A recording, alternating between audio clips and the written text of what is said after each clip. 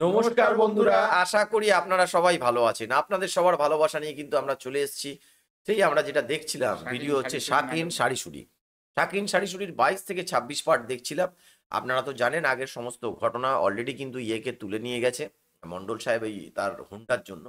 এবার গ্রাম কি করে আর লাস্ট যে এপিসোডে দেখেছি তখন কিন্তু আমরা দেখেছি মান্নানের কাছে কিন্তু যে ডাক্তার ছিল সেই ডাক্তার কিন্তু গেছে, জাপান ডাক্তার এসছে কিন্তু জাপান ডাক্তার আসার সাথে সাথেই কিন্তু ও বুঝতে পেরে গেছে যে ও এই ইয়েকে ছাড়াতে এসছে। চলুন বন্ধুরা, আজকের ভিডিওটা আরো ইন্টারেস্টিং হবে, তো দেখে নিই।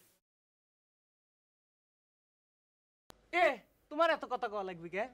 তোমার কথা কওয়া লাগবে তো যা খবর আইছে তাই কও। না কি আর কব, মন্ডল সাহেবের সাথে জরুরি একটা কথা ছিল, কিন্তু কবে তো পারলাম না। যাই গে ভাই, গেলাম। এ কোনে যাও বসো।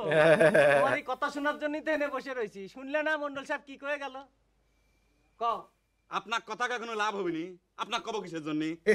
আমাক তোমার কি মনে হয়? ফালতু লোক মনে হয় নাকি? না সে কথা করছি না, গা ধরলেন যে। তেতালি যা খবর আইছে তাড়াতাড়ি কও। আমার কিন্তু টাইম নেই কইলাম। সারিসুরি গ্রামের কেউ কিন্তু আমাকে এখানে পাঠায় নাই, আমি নিজের ইচ্ছে আইছি, বুঝছেন? তাই নাকি? তো তোমার নিজের কি ইচ্ছে হয়েছে সেইটাই কও শুনি।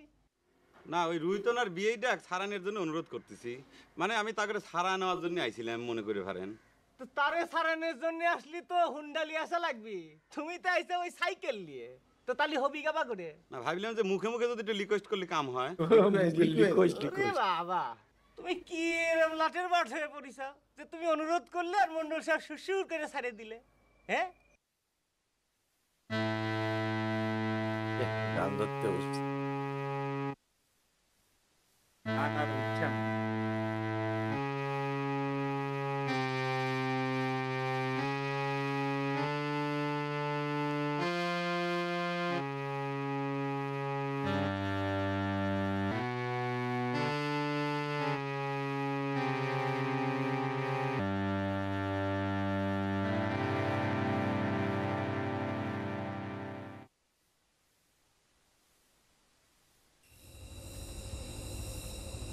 আবার মিটিং এ বসেছে।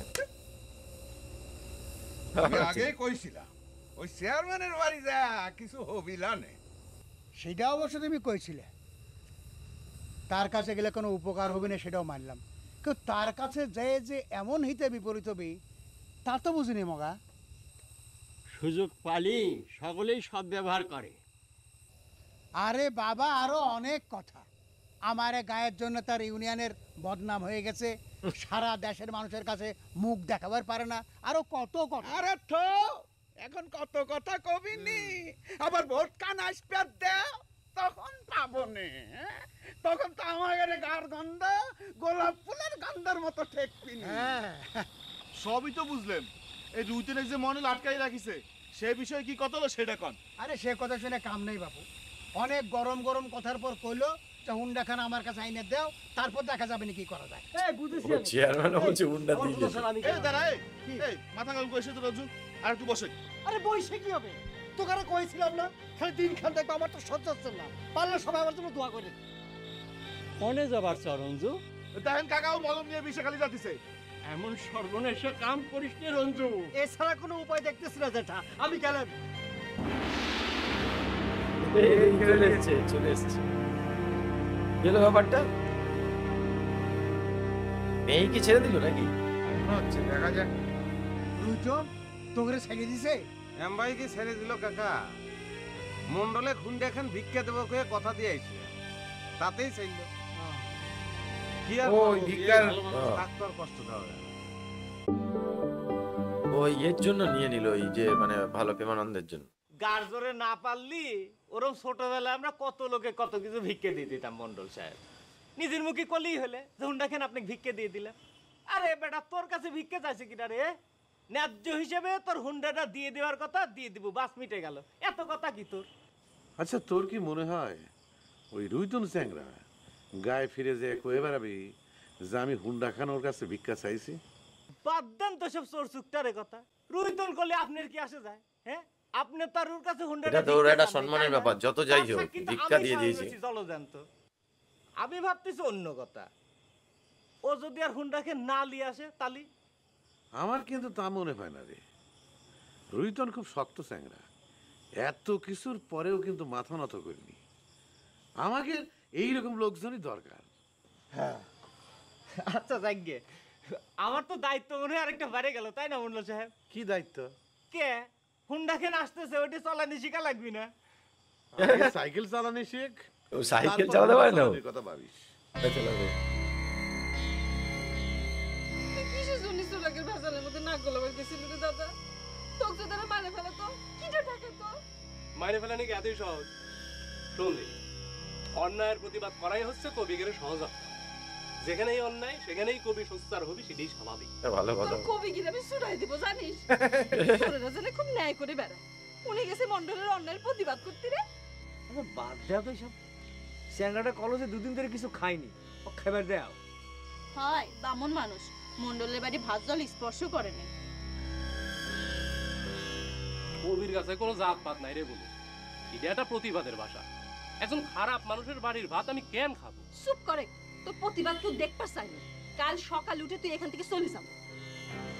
চোরের মতো পিঠ মোড়া খায়া বাপ দাদার মুখে ভালোই চুনকালি দিছু, আর দিতে হবি নি। খা। রইতার সাওয়াটার মনের মধ্যে যে এত মায়া, সেটা কিন্তু ওর মুখ দেখে বোঝা যায় না। এতগুলো টাকার জিনিস বৌমার ভাইয়ের জন্য ছাড়িয়ে দিয়ে আসতে একটু বাদে নাই। আমার এখন কি মনে হচ্ছে জানো? আমার মনে হচ্ছে রুইতনেক যায় কই ও সারা যেন মোটরসাইকেল খান মন্ডলেক না দেয়। দেই না বেটা শালা কি করবার পারে? আরে মন্ডল কি করবার পারে সেটা দেখার স্বাদ কি মগজদের মেটে নাই?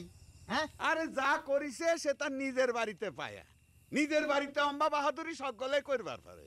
আমাকে এ গায়ে আইসা করুক না, দেই বেটা শালা কত পারে। আমার মনে হয় ওইসব নিয়ে আমরা মাথা না ঘামায় সাওয়াল পালের উপরে ছেড়ে দিই, তারা যা ভালো মনে করে সেটাই করুক। আমার মনে হয় কি জানো সাধন, এই ঘটনাটা ঘটেছিল জন্যে মেলা মানুষের চেনা হয়ে গেল। মন্ডল চেয়ারম্যান উপর উপর যতই মিষ্টি কথা কো, ঠিক বলেছে। আসলে যে ওদের কি চেহারা সেটা তো প্রমাণ হয়ে গেল। কথা ঠিকই কইছে। হ্যাঁ, দুই পয়সার পাতিল নষ্ট হলে কি হবি, কুত্তের মন তো বোঝা গেল। হ্যাঁ, রুইতনের ভেজাল বাইদে সকলেরই মন বোঝা গেল। আমি কিন্তু কথা অন্য একখান চিন্তা করতেছি। আচ্ছা চেয়ারম্যান না আবার এই হোন্ডা খান লিয়ে চাপা যাবে? কিছুই পাওয়া যায় না। খারাপ বলছি, মরা গরু সবাই বাগানে হুন্ডাটাকে পড়ে নেওয়ার জন্য থাকতে চেষ্টা দেখবি, চালাচ্ছে। সব শকুনি উড়াল দেয়। জি ম্যাডাম। এই আবার এসে গেছে। জি, বেশ কয়েকদিন পার হয়ে গেল। এর মধ্যে আমার জীবনে অনেক ঘটনা ঘটে গেছে ম্যাডাম। জি না না না না না ম্যাডাম, না না, বিয়ের সাথে কোনো ঘটনা ঘটে নাই। জি না, এমনিতেই ম্যাডাম মনটা ভালো নেই। জি আপনি খুন্ডা খান দিয়ে দেবো কয়েছিলাম, কিন্তু সেটা তো আর হলো না। সরি ম্যাডাম, সেটা একটা জঘন্য লোককে ভিক্ষে দিয়ে দিয়েছি। জি ম্যাডাম, ভিক্ষে কব ম্যাডাম, সব কব, কিন্তু সে মেলা কাহিনী। এখন আমার ফোনে খুব একটা চার্জ নেই, তো চার্জ ফুরে যেতে পারে। আমাকে দেখতে ইচ্ছে করতেছে।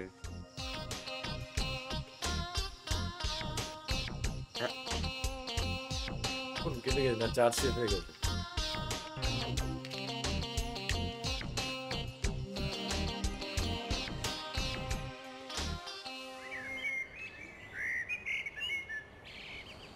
কোনে যাচ্ছে কস্তুরি? হ্যাঁ, আমি তো মনে করো সে আরেকটা ঝামেলার মধ্যে পড়ে গেলাম। আমার আবার এখন নাকি হুন্ডা চালানো শিখা লাগে, বুঝছো? হোন্ডা খান কি হাতে পেয়েছেন মানুষ চাচা? না এখনো পাই নেই, পাওয়া যাবো না, অসুবিধা নেই। আর পাবোই বা না কি জন্যে, যেরম শিক্ষা দিছি। আমি তো শুনলাম আবার অন্য কথা। এই দেখো, শিক্ষা নাকি ওরা আপনাকেই দিয়ে গেছে। কি শুনিছাও? এসব আসলে কথা তোমার কি টাকা? এই রে, আমার কথা তোমার বিশ্বাস হচ্ছে না তাই না? ওরা শিক্ষা দিবি বলে আমার, হ্যাঁ, মান্নান ভাই করে পাও ধরা ধরে বাঁচতেছে না, আর ওরা দিবি বলে শিক্ষা। আচ্ছা মান্নান চাচা, আপনি যে কলেন আপনার হুন্ডা চালানো শিখা লাগবে, তা আপনারা হুন্ডা চালানো শিখাবে কিটা? আপনি এই হুন্ডালা লোকটাকে মাস্টার রাখতেই পারতেন। শোনো, ওই চোর চুপটারে কাছতেন, আমার মান্নানের হুন্ডা চালানো শিখা লাগবে না, বুঝছো? ও মা, সোরেগের হুন্ডা চালাতে তো ভালোই লাগবে না, খামা কব গাড়ি ক্লাস কোন কি জন্য? এ কি শুরু করলে তুমি? এই চোর চুপটারে পক করলে তুমি আমার সাথে স্যানসান করতে চাও কি জন্যে?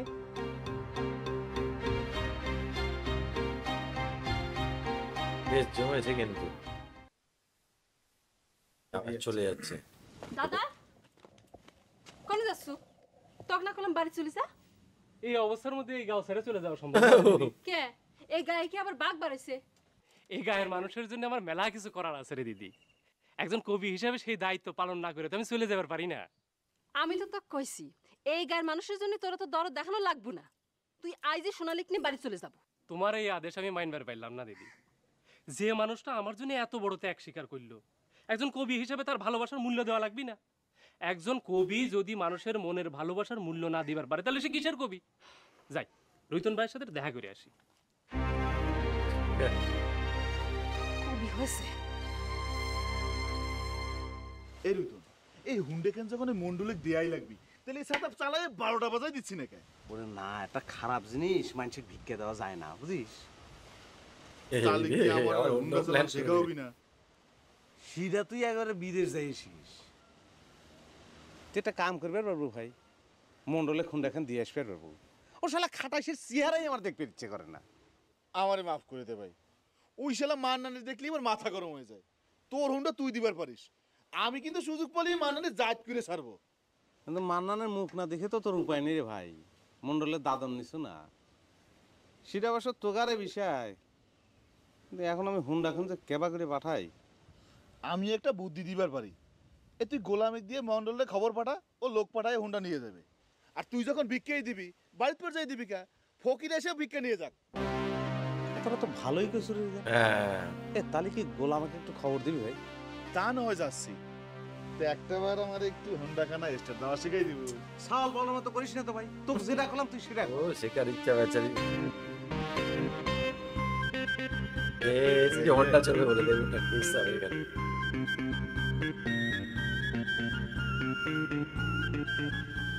আপনি দেখবার আসলাম বিয়াই?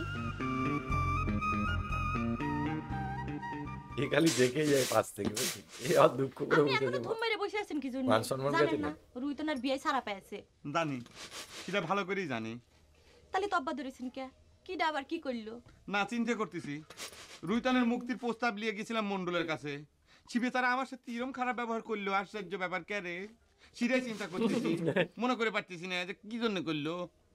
আপনার মন্ডলের কাছে যাবার কইছিল কিডা? কি করছো তুমি? মগা সাথে তামাক কইলো, আর আমিও দেখলাম যে আমার উসিলায় যদি এই গ্রামের কোনো উপকার হয় তাহলে না করলে আমি। তোমার মলমের গোটা ফেরত নাও, যে কামের জন্য নিয়েছিলাম তার দরকার হলো না। আমার কাছে থাকলে তো আমার মেলা দোষ হবার পারে, আমি তো পায়ে পায়ে দোষ।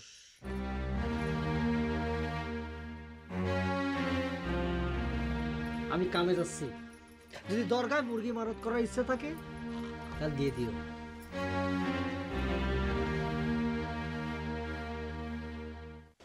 আপনি যে হোন্ডা খান দিয়ে দিচ্ছেন, আমার না আপনার হোন্ডার পিছনে করে ঘুরানোর কথা ছিল, তো সেটার কি হবি নি বিয়াই? তা হইল না, এখন আর কি করা যাবে করেন দিন। সরি কে অভিনেতা এমন একটা ঘুরান দিয়ে যেতে পারো, বেঞ্জ যখন শখ করতেছে। আমি হুন্ডা চালাবো, কি করছস তুই? এটা ভিক্ষা দিয়ে দিছি না আমি। ওই যে দেখেন দেখেন আপনার বাড়ি দারোয়ান এসে গেছে। এই রে এসছে, দারোয়ান বলে দিয়েছে, কিলো বাজতেছে। শুনেছেন নাকি বিয়াই? কামটা কিন্তু তুমি ঠিক করোনি কাকুনি, বেআইন আমাদের আত্মীয় মানুষ, তার চোখে মলম দেওয়া তোমার ঠিক হয়েছে। খুব আত্মীয় দরদ দেখানো লাগছে তাই না? আত্মীয়র সামনে ভালো দেখে দরদ একেবারে উঠলে উঠিছে তাই না? আর তোমার এই আত্মীয় যে আমাকে এত কথা কইলো সেটা তোমাকে কানে গেল না? আমি বলি নাই তুমি মানে কি সব, হ্যাঁ? তোমার লজ্জা শরম না এখানে বসে বসে দুজন বেটা ছাগলের সাথে গপ্প করতেছো? গপ্প তো করবার ইসলাম একজনের সাথে, কিন্তু আসে দেখে লম্বা দিয়ে দাঁড়ায় আছে, ডাক্তার খেতে দিবার পারি না। না আমি তো তোমার মতো অভদ্র না। কি কোন বিয়াই? ওই দেখ মহিলা, মুখ সামনে কথা কও। তুই মলম দিয়ে তো তোর শিক্ষা হয় না, এবার কত খেজুরের কাঁটা দিয়ে তোর চোখ আমি উঠে নিব। ফের যদি তোকে দেখে বাড়ির উপরে এসে রুতনে বিয়ে করতে, তাহলে কিন্তু তোর খবর আছে। এই কাকলি কি করছ তুমি? পাগলামি করতেছ না? এই তুমি যাও, এতে যাও, বিজ্ঞানের সঙ্গে আমার জরুরি কথা আছে। এই রে ওর মান সম্মান লেগে যাবে তো। যতই ওর সামনে বলেছি না ব্যাপারটা,